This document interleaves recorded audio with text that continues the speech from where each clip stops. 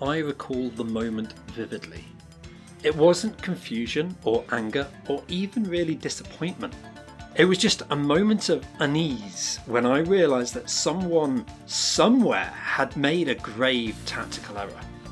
It was 2014 when Retro Studios announced that they were going to release a sequel to Donkey Kong Country exclusively on the Wii U. Donkey Kong Country Returns, well, it had been a fine game for the Wii, so a sequel, it wasn't unexpected, just everyone expected Retro to return to the Metroid franchise that had made their name. Or perhaps, even more excitingly and interestingly, do something new and outlandish. Tropical Freeze, as it was named, was a fine game.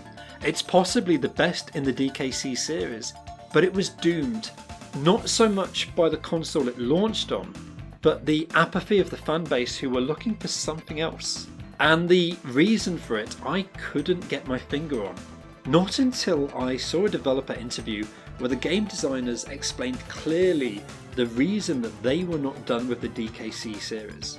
It was, they said, because they had been working on a dynamic camera that would allow the 2D gameplay to move in 3 dimensions in real time, and this would allow for new opportunities in game design.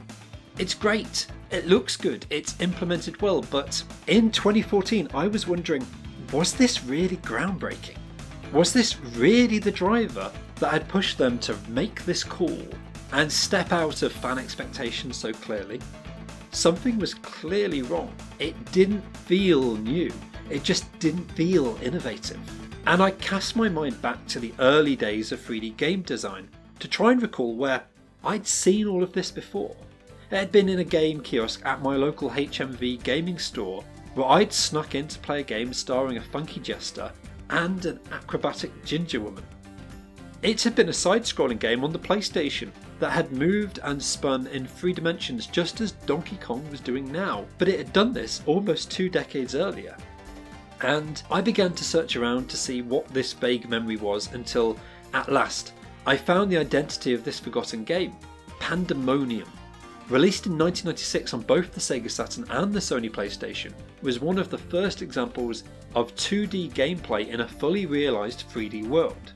Titles like Clockwork Knight had done some experimenting with 3D levels interacting with the protagonists, but this game took the concept to a whole new level. The path twisted and turned back on itself, revolving around towers or splitting into multiple routes that interconnected through underground tunnels. Pandemonium was aptly titled as, on first impression, it was designed to make the player's head spin. It takes a few tries to adjust to the free roaming camera that ensures you always have as close a perspective to the player as possible. The worlds are fairly generic but filled with new concepts and ideas as you lead Nikki and Fargus across forests, acid lakes, enemy fortresses and sky palaces towards the end goal of the wishing engine. The player can switch between the levels between the Jester, who can spin to attack enemies, or Nikki, who has a rudimentary double jump but can only damage by jumping on from above. The choice is an inspired one in concept, the idea being to allow you to favour either offensive gameplay, clearing out enemies, or to prioritise your mobility to make avoiding enemies or platforming sessions easier. However, in practice, these special moves are where the weakness in the world mechanics show through. Nikki's double jump has to be activated very early in her jump to effect, and Fargus' spin has horrible momentum physics. The bosses are particularly basic. All of them involve circling a giant pit with an enemy that either fires at you from the centre, or pursues you around the giant loop, or carries out a mix of both.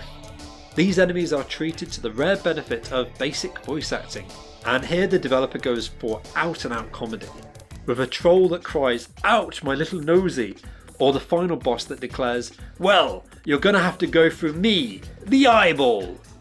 Why is the final boss a giant eyeball? Well, no explanations given, it's the 90s, deal with it. But aside from the difficulty, this is a really stylish game for the era. The graphics are horrendously primitive for 3D visuals, but they do accurately convey a wealth of exciting and engaging concepts. Toys for Bob's eclectic design and a philosophy of throwing as many ideas at the player as possible, well, it works surprisingly well despite all of the obvious issues.